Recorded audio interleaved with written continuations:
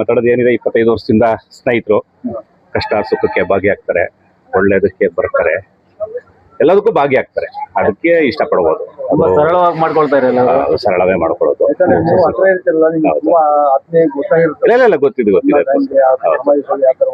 ಮಾಡ್ತಾರೆ, ಎಲ್ಲ ಮಾಡ್ತಾರೆ ಅಂತ ಹಂಗಂತ ಏನಿಲ್ಲ.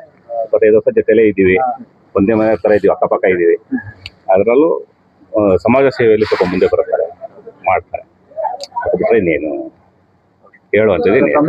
ನಮ್ಮ ಹೆಸರು ಗಂಗಾಧರ್. ಒಬ್ಬದ ಆರ್ಥಿಕ ಶುಭಾಶಯಗಳು ಸ್ನೇಹಿತರಿಗೆ. ಥ್ಯಾಂಕ್ ಯು ಅಂತಂದ್ಬಿಟ್ಟು ನಾವು ಇವ್ರ ಜೊತೆ ಆಲ್ರೆಡಿ 5 ವರ್ಷದಿಂದ ಒಡನಾಟದಲ್ಲಿದ್ದೀವಿ. ನಮ್ಮ ಯಾವುದೇ ಕೆಲಸ ಕಾರ್ಯಗಳಿಗಾಗ್ಲಿ, ಏನೇ ತೊಂದರೆ ತಾಪತ್ರೆಗಾಗ್ಲಿ ಇವ್ರಿಗೆ ಹೇಳಿದ್ರೆ ಎಲ್ಲ ನಿಂತ್ಕೊಂಡು ನಮ್ಮ ಜೊತೆ ಭಾಗಿಯಾಗಿ ಅದನ್ನ ಸಾಲ್ವ್ ಮಾಡ್ಕೊಂಡು ಕೊಡ್ತಾರೆ.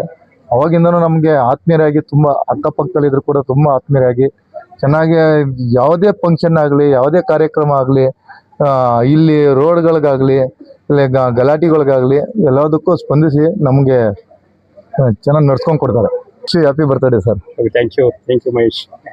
ಕಾರ್ಯಕ್ರಮ ಏನಂದ್ರೆ, ಈಗ ಬಡವ್ರ ಮಕ್ಕಳಿಗೆ ಬಟ್ಟೆ ಕೊಡೋದು, ಮತ್ತೆ ಬಡವರಿಗೆ ಅನ್ನದಾನ ಮಾಡೋದು, ಆ ಥರ ನಮಗೆಲ್ಲ ಸಹಕಾರ ಕೊಟ್ಟಿದ್ದಾರೆ. ತುಂಬ ಸತತವಾಗಿ ನಿಂತು ಇದು ಮಾಡಿದ್ದಾರೆ, ನಮಗೆ ಹೆಲ್ಪ್ ಮಾಡಿದ್ದಾರೆ. ಇದೇ ಥರ ಇರ್ತದೆ, ಅವರದು ಸಹಕಾರ ಇರ್ತದೆ. ನೋಡೋಣ ಮುಂದೆ.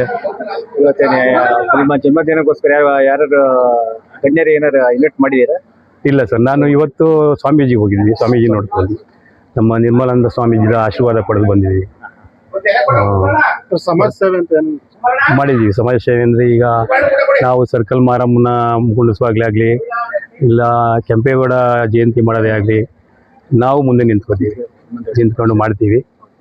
ಬಟ್ ಈಗ ಇವರು ಸಂಜಾನಂದ ಸ್ವಾಮೀಜಿ ಒಂದು ಮಾತು ಹೇಳಿದರು, ಕೆಂಪೇಗೌಡ ಸರ್ಕಲಲ್ಲಿ ಸ್ಟ್ಯಾಚ್ಯೂ ಮಾಡಿದಾಗ ನೀವು ಅದಕ್ಕೆ ನೆರಳು ಮಾಡಬೇಕು ಅಂತ ಹೇಳಿದರು. ಮಾಡಿ ಆಲೆ 2.5 ವರ್ಷ ಆಯಿತು, ಯಾರೂ ಇದು ಮಾಡಿಲ್ಲ.